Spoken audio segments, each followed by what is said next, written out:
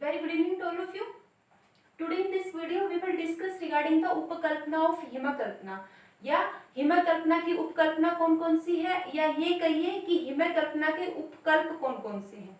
सो यहाँ स्पेशली हिमकल्पना की उपकल्पना के रूप में स्पेशली 3 प्रकार की कल्पना को शामिल किया गया है। In that first is the मंथ कल्पना, सेकंड इज द पानक कल्पना and the third is the उदक कल्पना। So in that first is the मंथ कल्पना। तो मंथ कल्पना क्या होती है?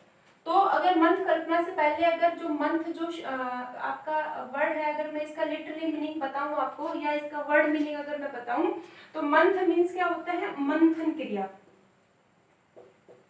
मंथन क्रिया, या ये कहिए आप चर्निंग प्रोसीजर, या द प्रोसीजर ऑफ चर्निंग।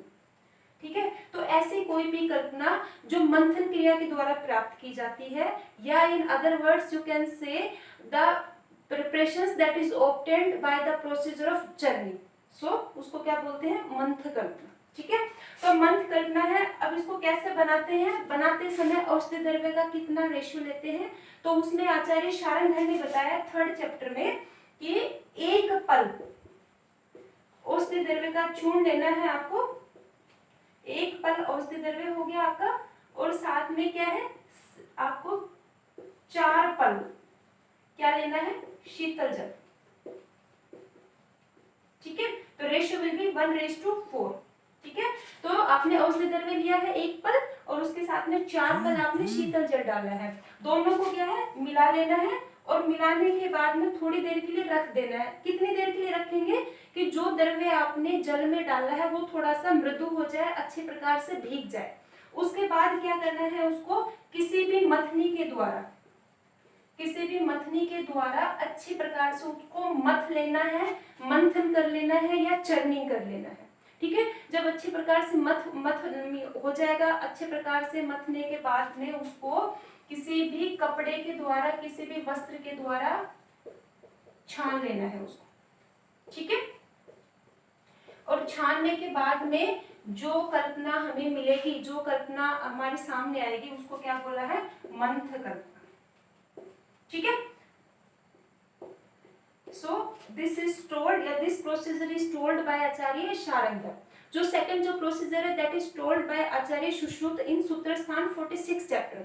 तो उन्होंने क्या बताया है कि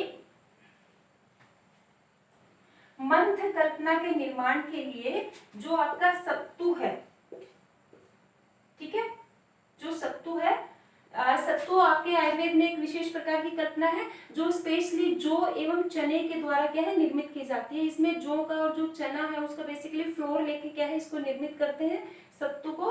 तो आचार्य सुश्रुत ने बताया कि मंथ कल्पना के लिए आपको ये सत्तू लेना है, और इस सत्तू में क्या करना है? थोड़ा सा आपको घृत मिलाना है।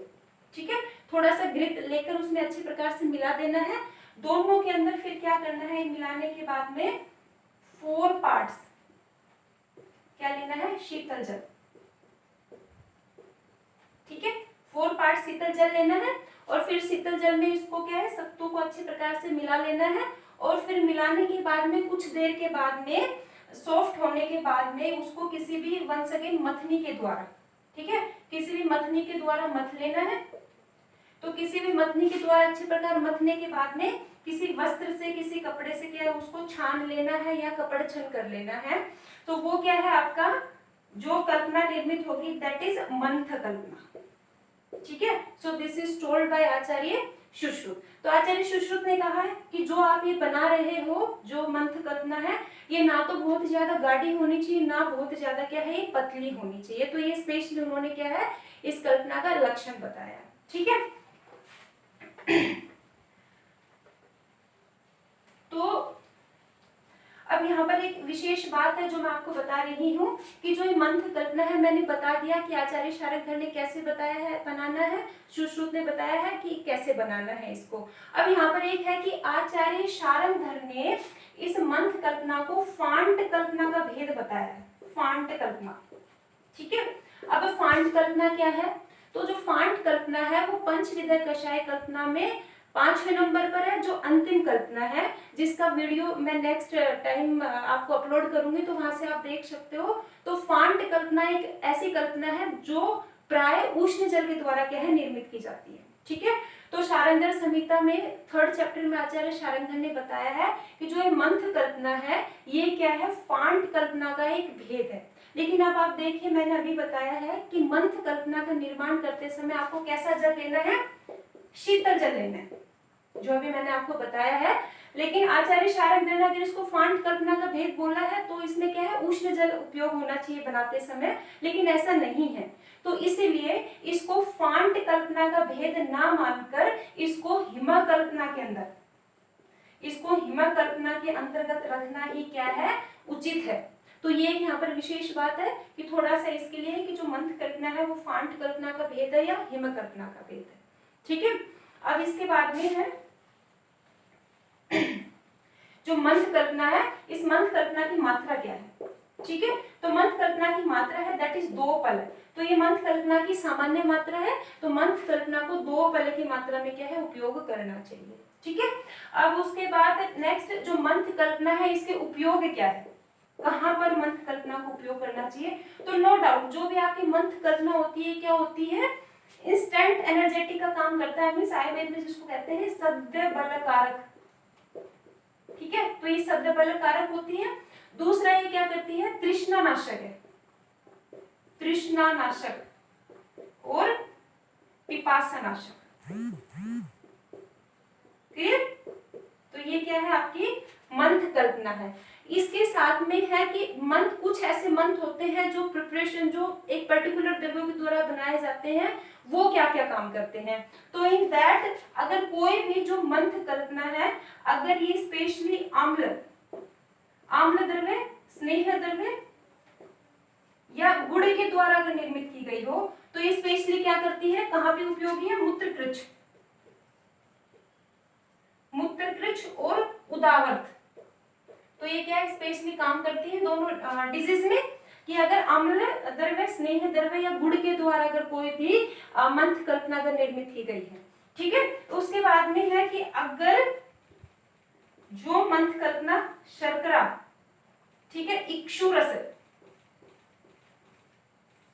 और आपका द्राक्षा, अगर इनके द्वारा निर्मित की गई है या जिसके अंदर ये मुख्य घटक के रूप में होते हैं, तो वो जो मंथ कल्पना है वो क्या करती है, पित्तनाशक का काम करती है, या पित्त रोग के अंदर क्या होती है, लाभदायक होती है, उपयोगी होती है। और ऐसे मंथ कल्पना जिसके अंदर स्पेशली द्राक्षा और मधुक पुष्प हो या उपयोग किया गया हो, जिसके द्वारा द्राक्ष और मधुक पुष्प के द्वारा जो मंथ कल्पना निर्मित की जाती है वो स्पेशली क्या करती है, कफ रोग के अंदर क्या है, उपयोगी है, या कफ रोग कहो या कफ दोष का क्या करती है, नाश करती है। ठीक है। और अगर इन सबके द्वारा अगर कॉमन अगर आपकी मंथ कल्पना अगर बनाई जाए, या जिस मंथ कल्पना में ये सभी अगर घटक के तौर पर अगर हो, तो वो कल्पना क्या करती है, स्पेशली आपके मलय और आपके दोष का अनुलोमन करती है। ठीक है। So this is all about the मंथ कल्पना। अब जो नेक्स्ट है जो मंथ कल्पना है, तो मंथ कल्पना का एक एग्जाम्पल है जो मैं आपको बता रही हूं, दैट इज खरजूरादि मंथ।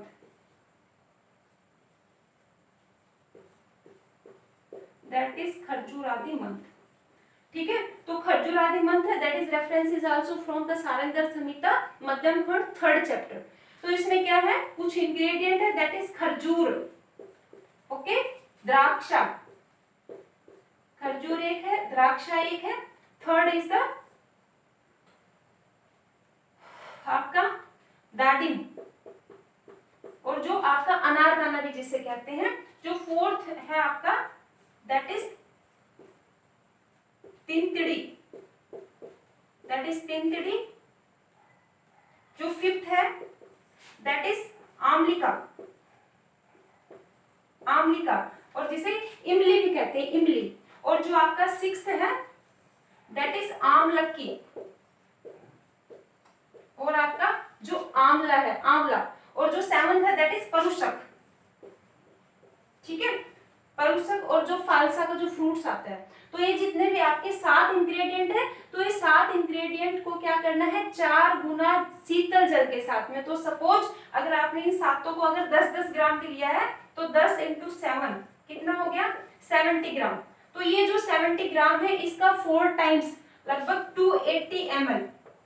तो 280 ml आपको क्या लेना है, शीतल जल लेना है। और इन सभी द्रव्यों को क्या है, कूट कर और शीतल जल में भिगो देना है थोड़ी देर के लिए, कि जब तक कि थोड़ा सा सॉफ्ट हो जाए, नरम हो जाए। ठीक है, उसके बाद में किसी भी मथनी के द्वारा अच्छी प्रकार से क्या है, मथ लेना है, चर्निंग कर लेना है और फिर किसी वस्त्र से छान लेना है। तो वस्त्र से छानने के बाद के अंदर जो कल्पना हमें मिल गई, जो हमें प्राप्त होगी, दैट विल बी खरजूरादि मंथ। ठीक है, so this is the general procedure for the all kind of मंथ कल्पना। तो जो ये खरजूरादि मंथ है, तो ये स्पेशली कहाँ पर उपयोगी है, कहाँ पर इसका यूज करते हैं, तो this is useful in the मदात्ते। सो मदात्ते is one of the condition you can take. आपका एल्कोहलिक इंटॉक्सिकेशन और एल्कोहलिक जो आपका पॉइजनिंग है उसके अंदर क्या है, खरजूरादि मंथ क्या है, बहुत अच्छा उपयोगी होता है, अच्छा काम करता है उसके अंदर। ठीक है, सो with this your month Kalpana is completed. Okay, तो सेकंड है जो पानक कल्पना। तो पानक मीन्स क्या है, पानक का जो जनरल मीनिंग है दैट इज कोई भी पीने योग्य कल्पना, या ये कह सकते हो कोई ऐसी पीने योग्य कल्पना जो स्पेशली किसके द्वारा निर्मित की जाती है, फलों के द्वारा। तो इसमें क्या है, फल। ठीक है, कोई भी फल है तो किसी भी जो फल है उसको आप कैसा लेना है, या तो अपक्व, क्लियर, या आपका अर्धपक्व या संपूर्ण पक्व। तो ऐसा कोई भी फ्रूट्स आपको ले लेना है जो या तो अपक्व अवस्था में हो, या अर्धपक्व अवस्था में हो, या क्या है, संपूर्ण पक्व अवस्था में। तो जैसे मैं आपको यहाँ पर एग्जांपल भी बता देती हूँ, जैसे आपका आम है, आम के साथ में है द्राक्षा ले सकते हो आप, इमली भी ले सकते हो, और आप परुषक जो मैंने अभी बताया जो फालसा। तो ऐसा कोई भी आप क्या फ्रूट्स ले सकते हो, इन कोई भी फ्रूट्स में से जो क्या है, या तो अपक्व अवस्था में हो, या अर्धपक्व अवस्था में हो, या संपूर्ण पक्व अवस्था में हो। तो ऐसे किसी भी फ्रूट्स को क्या करना है, या तो उसको अग्नि पर फ्राई कर लेना है, भून लेना है, या उसको गर्म जल में डालकर थोड़ी देर के लिए उसका स्वेदन कर लेना है। तो ये करने से क्या होगा, जो फ्रूट है या जो फल है वो कैसा हो जाएगा, नरम हो जाएगा, सॉफ्ट हो जाएगा, मृदु हो जाएगा। उसके बाद फिर क्या करना है, ऐसे फ्रूट्स को 4 गुना,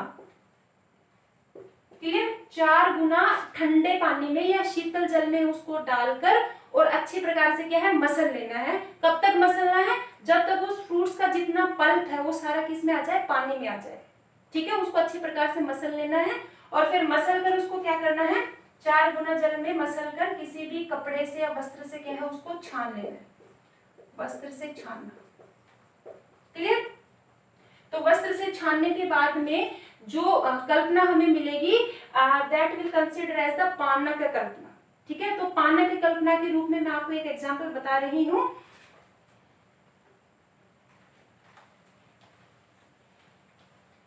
दैट इज चिंचा पानक, दैट इज चिंचा पानक। ठीक है, तो जो चिंचा पानक है ये क्या है, आपका एक अनुभूति योग है, एक अनुभूति योग है। मीन्स ये चिंचा जो पानक है, इट्स डिपेंड ऑन द, ये एक एक्सपीरियंस बेस्ड क्या है, एक फॉर्मुलेशन है। तो इसमें क्या करते हैं, चिंचा लेना है आपको 1 भाग, क्लियर, 1 भाग आपने चिंचा ले लिया, साथ में क्या लेना है, जल। तो जल कितना हो गया, 4 भाग, क्लियर। उसके साथ में 3 नंबर पे आपको लेना है शर्करा, और आपकी चीनी है, दैट विल बी 2 भाग। ठीक है, उसके साथ में लवण, आप सेंधा लवण जो आपका है, सेंधा लवण, जो सेंधा लवण है दैट विल बी 1/10 भाग लेना आप।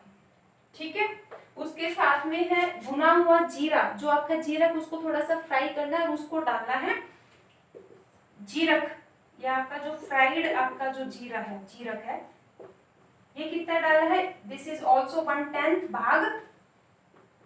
और आपका जो लास्ट में है दैट इज आपका जो काली मिर्च है, आपकी जो कृष्ण मरीच है, ठीक है ना, कृष्ण मरीच।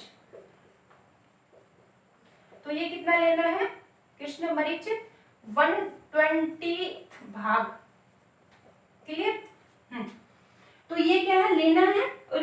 आपको जो सबसे पहले क्या करना, जो चिंचा है इस चिंचा को पहले 4 गुना जल में क्या है भिगो देना है। कब तक भिगोना है, जब तक जो चिंचा वो कैसी हो जाए, सॉफ्ट हो जाए।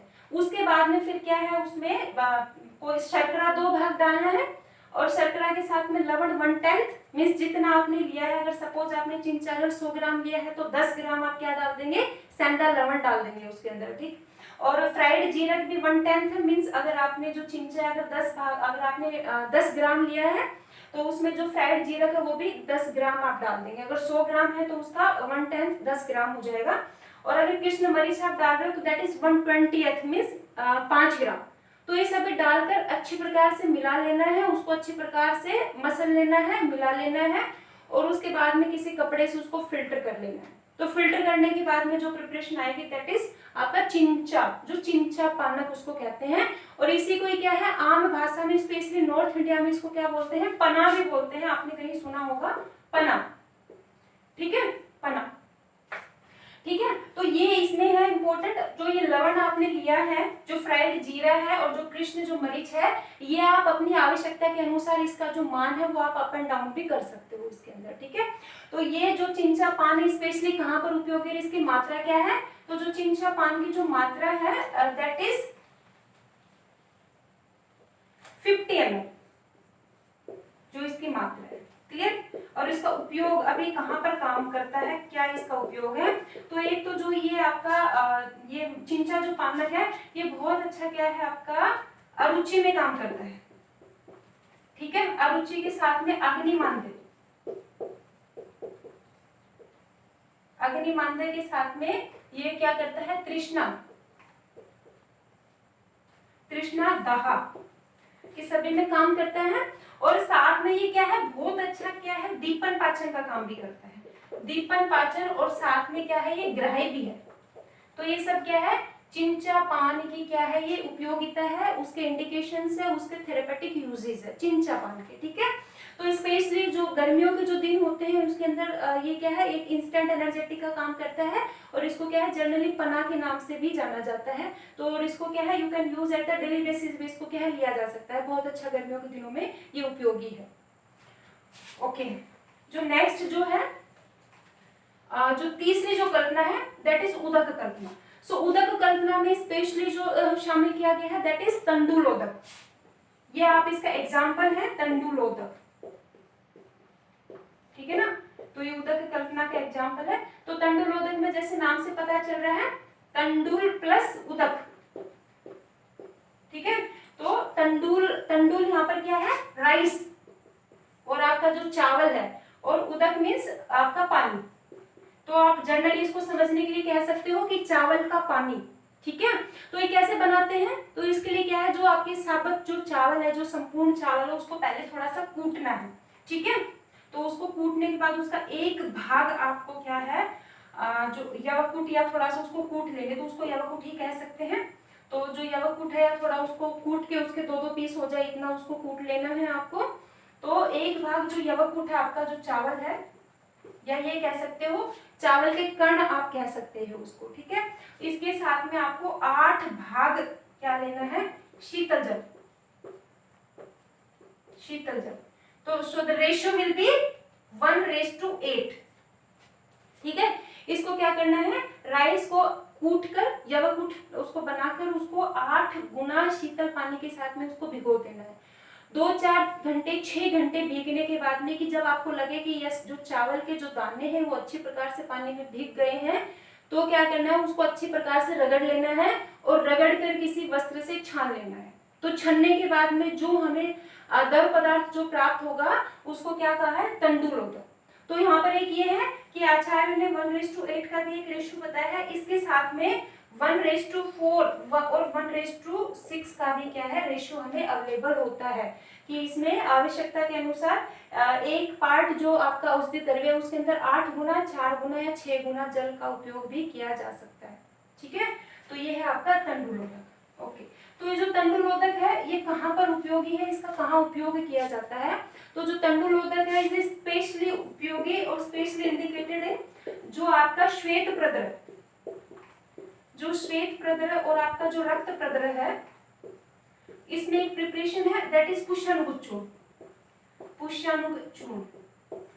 ठीक है, तो ये जो पुष्यानुगत चूर्ण के अनुपान के लिए क्या है उपयोग किया जाता है तंडुलोदक, या ये कहिए जो पुष्यानुगत चूर्ण है it is taken along with तंडुलोदक।